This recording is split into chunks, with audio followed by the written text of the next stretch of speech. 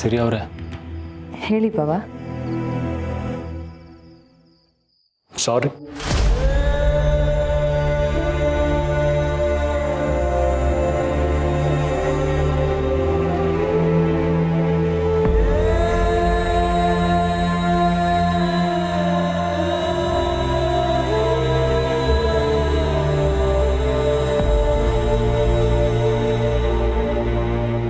ಸಾರಿನಾ? ನೀವು ನನಗೆ ಯಾಕೆ ಸಾರಿ ಕೇಳ್ತಾ ಇದ್ದೀರಾ? ಅದು ಅವನು ಯಾಕಮ್ಮ ಸಾರಿ ಕೇಳ್ತಾನೆ? ನೀನು ಸರಿ, ನಿನ್ನ ಗಂಡನ್ನ ಹಗಲು ರಾತ್ರಿ ಓಡಾಡಿಸ್ತಾ ಇದ್ದಾನಲ್ಲ, ಅದಕ್ಕೆ ನೀ ಎಲ್ಲಾದರೂ ಬೈತೀಯೇನೋ ಅಂತ ಅಂದ್ಬಿಟ್ಟು ಅಡ್ವಾನ್ಸ್ ಆಗಿ ನಿನ್ನ ಸಾರಿ ಕೇಳ್ತಿದ್ದಾನಷ್ಟೇ. ಮಹಾನ್ ಬುದ್ಧಿವಂತ. ಹೌದೌದು, ಎಷ್ಟೊಂದು ಸರಿ ಸಿರಿ ಮನೇಲಿ ಕಾಯ್ತಾ ಇರ್ತಾಳೆ, ಬೇಗ ಹೋಗ್ಬೇಕು ಅಂತ ಹೇಳ್ತಾ ಇದ್ದೆ. ಅದಕ್ಕೆ ಇವಾಗ ನೇರವಾಗಿ ನಿಮ್ಮ ಹತ್ರ ಸಾರಿ ಕೇಳ್ತಾ ಇದ್ದಾರೆ. ಹಾಗೆಲ್ಲ ಏನೂ ಇಲ್ಲ ಬಾವ. ಹೆಂಡತಿ ಕೋಪಕ್ಕೆ ಕಾರಣ ಬೇಕಾ? ನಾನೇನೋ ಸುಮ್ಮನೆ ರೇಗಿಸ್ತಿರ್ತೀನಿ ಅಷ್ಟೆ. ಅವ್ರು ನಿಮ್ಮ ಜೊತೆ ಇರೋದ್ರಿಂದ ನಿಮ್ಮ ಕೆಲ್ಸಕ್ಕೆ ಹೆಲ್ಪ್ ಆಗತ್ತೆ ಅನ್ನೋದಾದರೆ ಅದಕ್ಕಿಂತ ಖುಷಿ ಇನ್ನೇನಿದೆ. ನೀವು ಇಷ್ಟಕ್ಕೆಲ್ಲ ಸಾರಿ ಕೇಳಬೇಡಿ ಪ್ಲೀಸ್. ನಾನಿನ್ನು ಬರ್ತೀನಿ. ಬಾವ ಊಟ ಇಲ್ಲ, ಇನ್ನೊಂದ್ಸಲ ಬರ್ತೀನಿ. ಅಣ್ಣನ ಕಳಿಸ್ಕೊಡ್ತೇನೆ.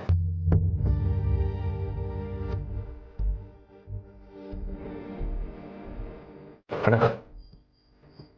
ನಾನು ನಿಮ್ಮ ಜೊತೆ ಬರ್ತೀನಿ. ಯೋಚನೆ ಮಾಡಬೇಡ ಸಮರ್ಥ, ನಾನು ತಾಳ್ಮೆಯಿಂದ ಇರ್ತೀನಿ.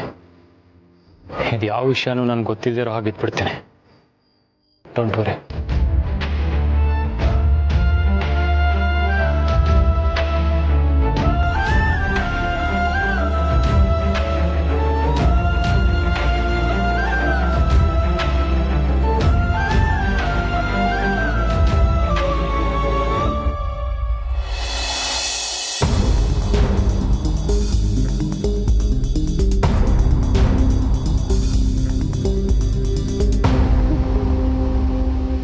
ಸರಿಯಾಗಿ ನೋಡಿ ಹೇಳು. ನಿನ್ನ ಮಾತುಗಳು ತುಂಬ ಮುಖ್ಯ ಆಗುತ್ತೆ. ನನಗೆ ಚೆನ್ನಾಗಿ ಗೊತ್ತು ಸರ್. ಈಗಲೂ ಕಣ್ಮುಚ್ಚಿದ್ರೆ ಆಕ್ಸಿಡೆಂಟ್ ಕಣ್ಮುಂದೆ ಬರುತ್ತೆ ಸರ್. ಇವರೇ ಆಕ್ಸಿಡೆಂಟ್ ಮಾಡಿದ್ದು ಸರ್. ಅಯ್ಯೋ ಪಾಪಿ ಶಾರ್ವರಿ, ನನ್ನ ಪ್ರಾಣ ತೆಗೆಯೋದಕ್ಕೆ ಹೋಗಿ ಅನ್ಯಾಯವಾಗಿ ಆ ರವೀಂದ್ರನ ಬಲಿ ತಗೊಂಡು ಬಿಟ್ಯಾ?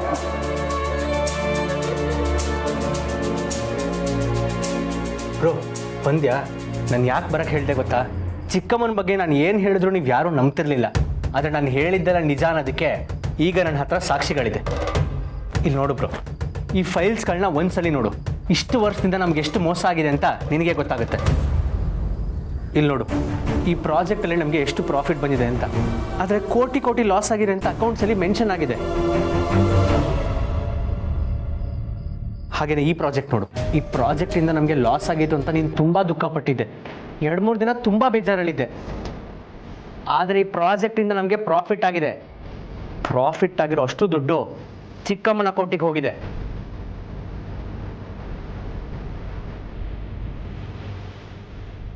ಇಲ್ಲಿ ನೋಡು ಬ್ರೋ, ಪ್ರತಿ ವರ್ಷ ನಮ್ಮ ಕಂಪ್ನಿಗೆ ಆಗ್ತಿರೋ ಪ್ರಾಫಿಟ್ಟೇ ಬೇರೆ, ಆದರೆ ಅಕೌಂಟ್ಸಲ್ಲಿ ಮೆನ್ಷನ್ ಆಗಿರೋದೇ ಬೇರೆ.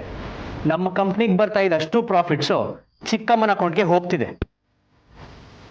ಇಷ್ಟು ವರ್ಷದಿಂದ ನಮ್ಮ ಕಂಪ್ನಿನ ಮುಳುಗಿಸ್ಬೇಕು ಅಂತಾನೆ ನೋಡಿದ್ದಾರೆ.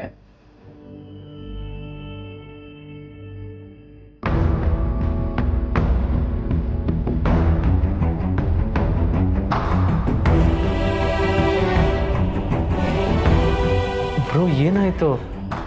ಚಿಕ್ಕಮ್ಮ ನಮಗೆ ನಿಜವಾಗ್ಲೂ ಮೋಸ ಮಾಡಿದ್ದಾರೆ. ನಾನು ಸುಳ್ಳು ಹೇಳ್ತಿಲ್ಲ. ಬ್ರೋ ಯಾಕೆ ಹೇಳ್ತಿದ್ಯಾ? ಏನಾಯ್ತು? ನಿನ್ನ ಕಣ್ಣಲ್ಲಿ ನೀರು ಬಂದರೆ ನನ್ನಿಂದ ನೋಡೋಕ್ಕಾಗಲ್ಲ ಬ್ರೋ. ಏನಾಯ್ತು?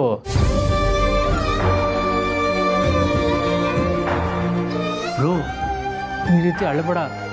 ನನಗೆ ಹೇಗೆ ರಿಯಾಕ್ಟ್ ಮಾಡಬೇಕು ಅಂತಾನೆ ಗೊತ್ತಾಗಲ್ಲ. ಸರಿ ಆಯಿತು ಬಿಡು.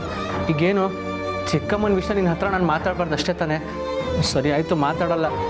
ಈ ರೀತಿ ಹತ್ರ ನನಗೆ ತುಂಬ ಹಿಂಸೆ ಆಗುತ್ತೆ ಬ್ರೋ. ಚಿಕ್ಕಮ್ಮ ಏನು ಮಾಡಿದ್ರು? ವಿಷಯ ಗೊತ್ತಾಯ್ತು ಬ್ರೋ. ಸಾರಿ ಅಭಿ, ನಿನ್ನ ಮಾತುಗಳನ್ನ ನಮ್ಮದೇ ಇದ್ದಿದ್ದಕ್ಕೆ.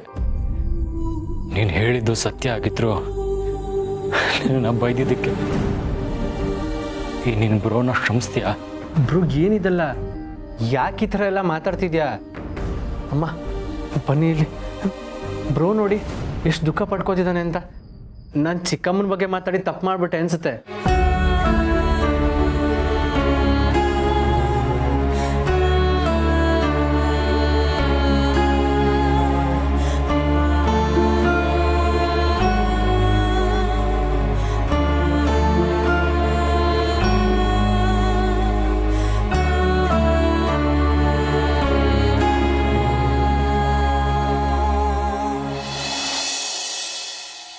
ಇದೇನಿದು? ಶಾರ್ವರಿ ಏನೋ ಮೆಸೇಜೇ ಮಾಡಿಲ್ಲ. ಅವಳಿಗೆ ನಾ ಕಳ್ಸಿರೋ ಆಡಿಯೋಯಿಂದ ಏನು ಭಯನೇ ಆಗ್ತಿಲ್ವಾ? ಸೊಸೆ ಮುದ್ದು, ನಾನು ನಿನ್ಗೊಂದು ಇಂಪಾರ್ಟೆಂಟ್ ವಿಚಾರ ಹೇಳಕ್ಕೆ ಅಂತ ಬಂದಮ್ಮ. ಮಾವ, ನಾನು ನಿಮ್ಗೊಂದು ಇಂಪಾರ್ಟೆಂಟ್ ವಿಷಯ ಹೇಳಬೇಕು. ಶಾರ್ವರಿ ಏನೋ ಮೆಸೇಜೇ ಮಾಡ್ತಿಲ್ಲ. ಅವಳಿಗೆ ಏನೋ ಭಯ ಆಗ್ತಿಲ್ಲ ಅನ್ಸುತ್ತೆ. ಯಾರಮ್ಮ ಹೇಳಿದ್ ನಿನಗೆ? ಅವಳು ಭಯದಿಂದ ನಡುಗ್ ಹೋಗ್ತಾ ಇದ್ದಾಳೆ, ನಡಗಿ ಅದರಿ ಹೋಗ್ತಾ ಇದ್ದಾಳೆ. ಏನೋ ಭಯ ಇದೆಯಾ? ನಿಮ್ಗೇನ್ ಗೊತ್ತ ಮಾವ? ಸೊಸೆ ಮುದ್ದು, ಈ ಆಡಿಯೋ ಶಾರ್ವರಿ ಮೊಬೈಲ್ಗೆ ಹೋದಾಗಿಂದ ಅವರು ನಡ್ಗೋಗ್ಬಿಟ್ಟಿದ್ದಾಳೆ. ಈ ಆಡಿಯೋ ಕಳಿಸಿದ್ ಯಾರು ಯಾರು ಅಂತ ಕಳಿಸ್ತವ್ರನ್ನ ಹುಡುಕ್ತಾ ಇದ್ದಾಳೆ. ಸೊಸೆ ಮುದ್ದು, ಅವಳಿಗೆ ನಿಮ್ ತಾತನ ಮೇಲೆ ಅನುಮಾನ. ಏನೋ ತಾತನ ಮೇಲೆ ಅನುಮಾನ ಪಡ್ತಿದ್ದಾಳ? ಅಯ್ಯೋ ದೇವ್ರೆ, ಈ ಆಡಿಯೋ ಎಲ್ಲ ತಾತನೇ ಕಳಿಸ್ತಿರೋದು ಅಂತ ಅವ್ರಿಗೇನಾದ್ರೂ ಅಪಾಯ ಮಾಡ್ಬಿಟ್ರೆ? ಯಾಕೋ ಇದೆಲ್ಲ ಡೇಂಜರ್ ಅನ್ನಿಸ್ತಿದೆ. ಇಲ್ಲಿಗೆ ನಿಲ್ಲಿಸ್ಬಿಡೋಣವಾ ಮಾವ? ಇಲ್ಲ ಸೊಸೆ ಮುದ್ದು, ನೀನೇನು ತಲೆ ಕೆಡಿಸ್ಕೊಬೇಡ. ಶಾರ್ವರಿ ಹೇಗೆ, ಅವಳು ಬುದ್ಧಿ ಎಂಥದ್ದು ಅನ್ನೋದು ನನಗೆ ಚೆನ್ನಾಗಿ ಗೊತ್ತಿದೆ. ಅವಳು ದತ್ತ ಮಹಾಪ್ರಭುಗಳಿಗಾಗಲಿ ಈ ಮನೆಯವ್ರಿಗಾಗಲಿ ಏನು ತೊಂದರೆ ಮಾಡೋಕ್ಕೆ ಸಾಧ್ಯ ಇಲ್ಲ. ನಾನು ದತ್ತ ಅವ್ರಿಗೆ ಕಾವಲಾಗಿರ್ತೀನಿ. ಯಾಕೆ ಯೋಚನೆ ಮಾಡ್ತೀಯಾ? ನೀವ್ ಕಾವಲಾಗಿರ್ತೀರಾ? ಅವರು ನಿಮ್ಮನೆ ಎತ್ತಾಕೊಂಡು ಹೋಗಿದ್ರು, ನೆನ್ಪಿದ್ಯಾ? ಶಕ್ತಿಯಿಂದ ಸಾಧಿಸಕ್ಕಾಗದೇ ಇರೋದನ್ನ ಯುಕ್ತಿಯಿಂದ ಸಾಧಿಸ್ಬೇಕು ಅಂತ ದೊಡ್ಡವರು ಹೇಳ್ತಾರೆ. ಹಾಗೆ ನಾನು ಬುದ್ಧಿಶಕ್ತಿಯಿಂದ ದತ್ತ ಅವ್ರಿಗೆ ಕಾವಲಾಗಿರ್ತೀನಿ. ಅಂದ್ರೆ ಈಗ ನೋಡಮ್ಮ, ಈ ಮೆಸೇಜ್ ಕಳಿಸ್ತಿರೋದು ದತ್ತ ಅಲ್ಲ ಅಂತ ಅವಳಿಗೆ ನಂಬಿಸ್ತೀನಿ. ಒಟ್ಟಿನಲ್ಲಿ ಅವಳು ಅನುಭವಿಸ್ತಾನೇ ಇರಬೇಕು. ಅವಳು ಆ ರೀತಿ ಕಷ್ಟ ಅನುಭವಿಸ್ಬೇಕು, ಭಯ ಪಡಬೇಕು ಅಂದರೆ ನಾವು ಈ ಮೆಸೇಜ್ನ ಮೇಲಿಂದ ಮೇಲೆ ಅವಳು ಕಳಿಸ್ತಾ ಇರಬೇಕು. ಹಾಗೆ ಮಾಡೋದ್ರಿಂದ ಏನಾಗುತ್ತೆ ಹೇಳು? ನಾವು ನಮ್ಮ ಆಟನ ಮುಂದುವರಿಸ್ಕೊಂಡು ಹೋಗ್ಬೋದು. ಸರಿ ಮಾವ, ಆದ್ರೆ ತಾತಂಗೇನಾದ್ರೂ? ಯೋಚನೆ ಮಾಡಬೇಡ ಸುತ್ತಮುತ್ತ. ಅವಳು ದತ್ತನ ಮೇಲಿರೋ ಒಂದೇ ಒಂದು ರೋಮ ಕೂಡ ಅಲ್ಲಾಡ್ಸಕ್ಕಾಗಲ್ಲ. ಅವಳು ನೆಮ್ಮದಿಯಾಗಿರಬಾರ್ದು. ಅವಳು ನೆಮ್ಮದಿಯಾಗಿರಬಾರ್ದು ಅಂದರೆ ನಾವೀಗ ಅವಳಿಗೆ ಒಂದು ದೊಡ್ಡ ಮೆಸೇಜ್ ಕಳಿಸ್ಬೇಕು. ಆ ಮೆಸೇಜ್ ನೋಡ್ತಿದ್ದ ಹಾಗೆ ಅವಳು ರಾತ್ರಿ ಎಲ್ಲ ನಿದ್ದೆ ಮಾಡಬಾರ್ದು. ಹೆದರಿಕೆಯಿಂದ ಪದರ್ಗುಟ್ಟು ಹೋಗಬೇಕು. ಆ ಥರದೊಂದು ಮೆಸೇಜ್ ಕಳಿಸೋ. ಸರಿ ಮಾವ, ಈಗಲೇ ಕಳಿಸ್ತೀನಿ. ನಿದ್ದೆ ಮಾಡ್ತಿದ್ಯಾ ಶಾರ್ವರಿ? ನೆಮ್ಮದಿಯಾಗಿ ನಿದ್ದೆ ಮಾಡು. ಯಾಕಂದ್ರೆ ಇವತ್ತು ಒಂದೇ ದಿನ ಆರಾಮಾಗೆ ನೀನು ನಿದ್ದೆ ಮಾಡೋಕ್ಕಾಗೋದು. ಬೆಳಿಗ್ಗೆ ಆಗ್ತಿದ್ದ ಹಾಗೆ ನಿಮ್ಮ ಮನೆಯವ್ರಿಗೆಲ್ಲ ಈ ಆಡಿಯೋ ಹೋಗಿರುತ್ತೆ. ಸುಪ್ರಭಾತದ ಬದಲಿಗೆ ನಿಮ್ಮ ಮನೆಯವರೆಲ್ಲ ನಿನ್ನ ಚರಿತ್ರೆನೇ ಕೇಳ್ತಿರ್ತಾರೆ. ಆಮೇಲೆ ನಿನಗೆ ಏನಾಗುತ್ತೆ ಅಂತ ಗೊತ್ತಲ್ವಾ? ಸೂಪರ್ ಸೊಸೆ ಮುದ್ದು. ಉಪ್ಪ ತಿಂದ ಮ್ಯಾಲೆ ನೀರ ಕುಡಿಯಲೇಬೇಕು. ಮುಂದಿದೆ ಮಾರಿ ಹಬ್ಬ. ಇದೇನಿದು? ಮಾವ ಸೊಸೆ ಯಾರಿಗೋ ಚಳಿ ಬಿಡಿಸ್ತಿರೋ ಹಾಗಿದೆ. ಇಲ್ಲಪ್ಪ, ಅದು ಯಾವುದೋ ಸೀರಿಯಲ್ ಬಗ್ಗೆ ಮಾತಾಡ್ತಿದ್ವಿ ಅಷ್ಟೇ. ಸೀರಿಯಲ್ಗೂ ನೀವು ಮಾತಾಡ್ತಿರೋ ಮಾತಕ್ಕೂ ಸಂಬಂಧನೇ ಇಲ್ಲ.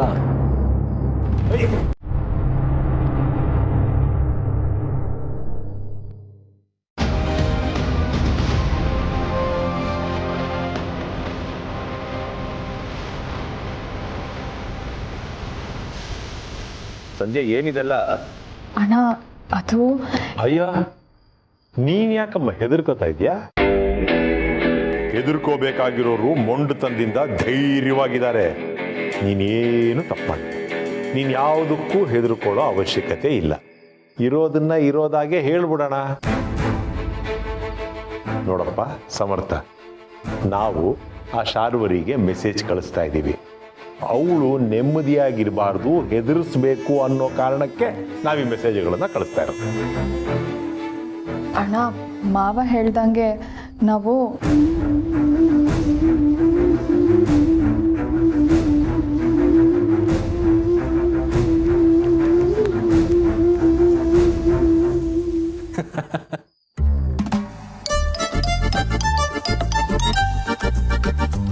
ಒಳ್ಳೆ ಕೆಲಸನೇ ಮಾಡ್ತಾ ಇದ್ದೀರಾ. ಇಷ್ಟೆಲ್ಲ ತಪ್ಪು ಮಾಡಿ ನೆಮ್ಮದಿಯಾಗಿದ್ದಾಳೆ ಅಂತ ನನಗೂ ಅನಿಸ್ತಿತ್ತು. ಅವಳು ನೆಮ್ಮದಿನ ಹಾಳು ಮಾಡೋಕ್ಕೆ ಒಳ್ಳೆ ದಾರಿನ ಹುಡುಕಿದ್ದೀರಾ. ಮುಂದುವರಿಸಿ ಮಜವಾಗಿದೆ.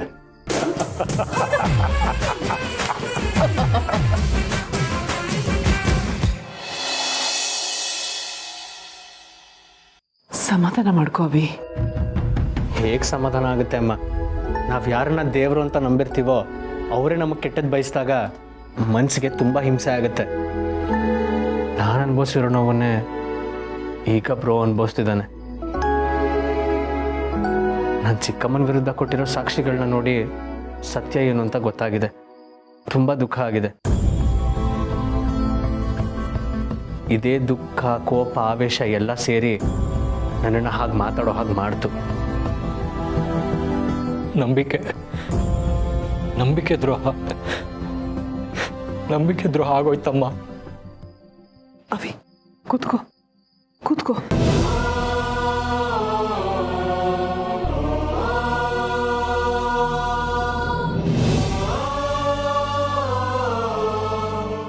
ಅವಿ ನೀನು ಕೂತ್ಕೋ.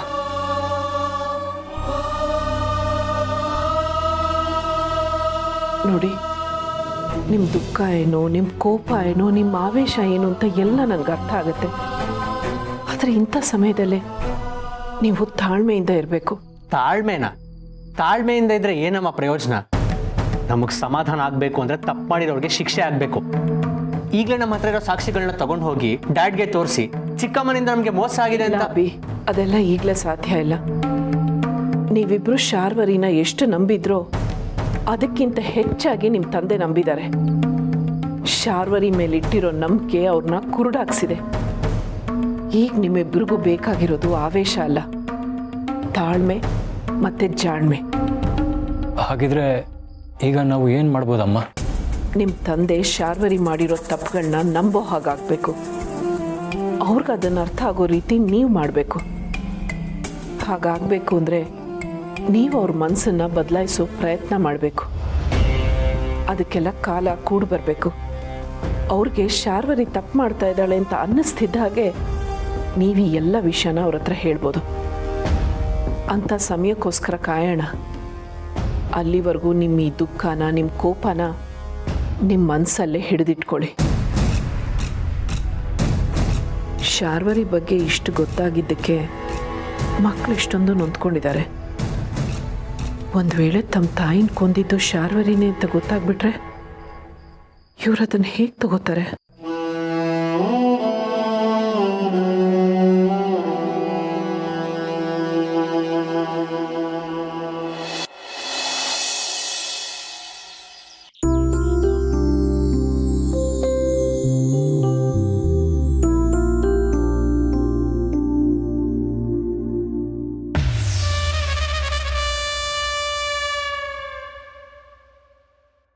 ಸರ್, ನಿಮಗೆಲ್ಲ ಸತ್ಯನೂ ಹೇಳಿದ್ದೀನಲ್ಲ ಸರ್, ಈಗಲಾದರೂ ನನ್ನನ್ನು ಬಿಟ್ಬಿಡಿ ಸರ್.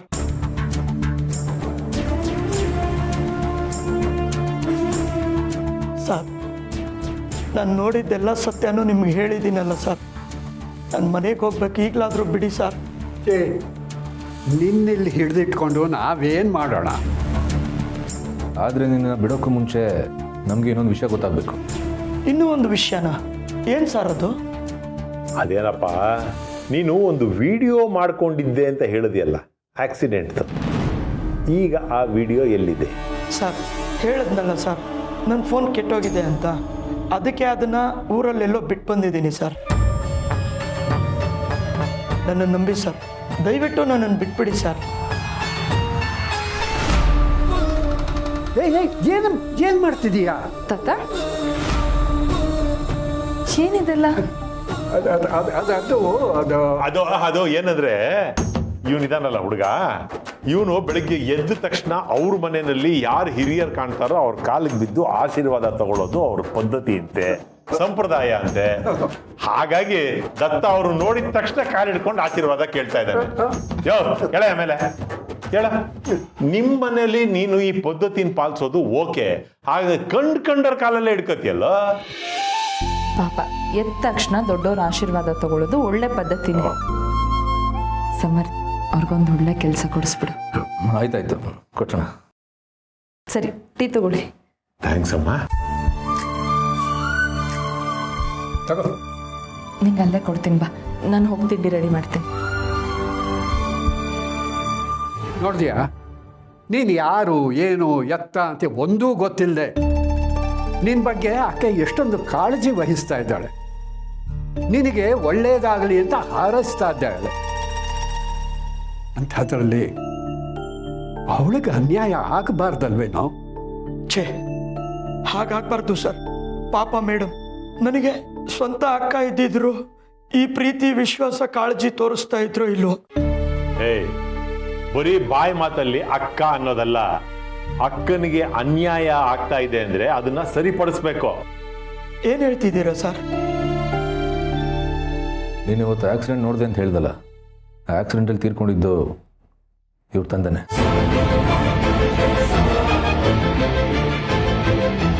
ನೋಡು, ಅವಳ ತಂದೆಯ ಸಾವಿಗೆ ವಿರುದ್ಧವಾಗಿ ಅವಳು ಹೋರಾಟ ಮಾಡ್ತಾ ಇದ್ದಾಳೆ. ನೀನು ಮಾಡಿರೋ ವಿಡಿಯೋ ಏನಾದ್ರು ನಮಗೆ ಕೊಟ್ಟರೆ ಅವಳ ಹೋರಾಟಕ್ಕೆ ಒಳ್ಳೆ ಪ್ರತಿಫಲ ಸಿಕ್ಕಾಗತ್ತೆ. ಆ ಸತ್ತವರ ಆತ್ಮಕ್ಕೂ ಶಾಂತಿ ಸಿಗತ್ತೆ. ಈಗ ಮೊಬೈಲ್ ಎಲ್ಲಿದೆ ಅಂತ ಹೇಳ್ತೀಯೋ ಇಲ್ವಾ? ಖಂಡಿತ ಹೇಳ್ತೀನಿ ಸರ್. ಆ ಮೊಬೈಲ್ ನಮ್ಮೂರಲ್ಲಿದೆ, ಅದನ್ನು ನಾನು ಹೋಗಿ ತರ್ತೀನಿ ಸರ್. ಏನ ನೀನು ಹೋಗ್ತಾರದ? ಏನ್ ಹಿಂಗ್ ಕತೆ ಹೇಳಿ ತಪ್ಪಿಸ್ಕೋಬೇಕು ಅಂತನಾ? ಇಲ್ಲ ಸರ್, ನನ್ನ ನಂಬಿ ನಾನು ಮತ್ತೆ ವಾಪಸ್ ಬರ್ತೀನಿ ಸರ್. ಇದುವರೆಗೂ ಪೊಲೀಸ್ ಅವ್ರು ನನಗೆ ತೊಂದರೆ ಕೊಡ್ಬೋದು ಅಂತ ಕಣ್ ತಪ್ಪಿಸಿ ಓಡಾಡ್ತಿದ್ದೆ ಸರ್. ಈಗ ಅಕ್ಕನ ಪರಿಸ್ಥಿತಿ ನೋಡಿ ನನಗೆ ದುಃಖ ಆಗ್ತಿದೆ ಸರ್. ನಾನು ನಿಜವಾಗ್ಲೂ ಬರ್ತೀನಿ ಸರ್. ಅಯ್ಯ, ಇದು ಯಾಕೋ ಪುಣ್ಯ ಕೋಟಿ ಕತೆ ಆಗ್ತಾ ಇದೆಯಲ್ಲ. ಸತ್ಯ ಹೇಳ್ತಾ ಇದೀಯಾ? ಸರ್, ಸತ್ಯನೇ ಹೇಳ್ತಿದ್ದೀನಿ ಸರ್. ನಿಮ್ಗೆ ಅನುಮಾನ ಇದ್ದರೆ ಯಾರಾದರೂ ಒಬ್ಬರು ನನ್ನ ಜೊತೆ ಬನ್ನಿ, ಆ ವಿಡಿಯೋನ ಕೊಡ್ತೀನಿ ಸರ್. ತಾತ, ಅದೊಂದು ವಿಡಿಯೋ ಸಿಕ್ಕಿದ್ರೆ ಸಾಕು, ಶಾರ್ವರಿ ವಿರುದ್ಧ ದೊಡ್ಡ ಸಾಕ್ಷಿನ ಸಿಗ್ತಲಾಗುತ್ತೆ. ಅಂದಮೇಲೆ ಶಾರ್ವರಿ ಕತೆ ಮುಗೀತು.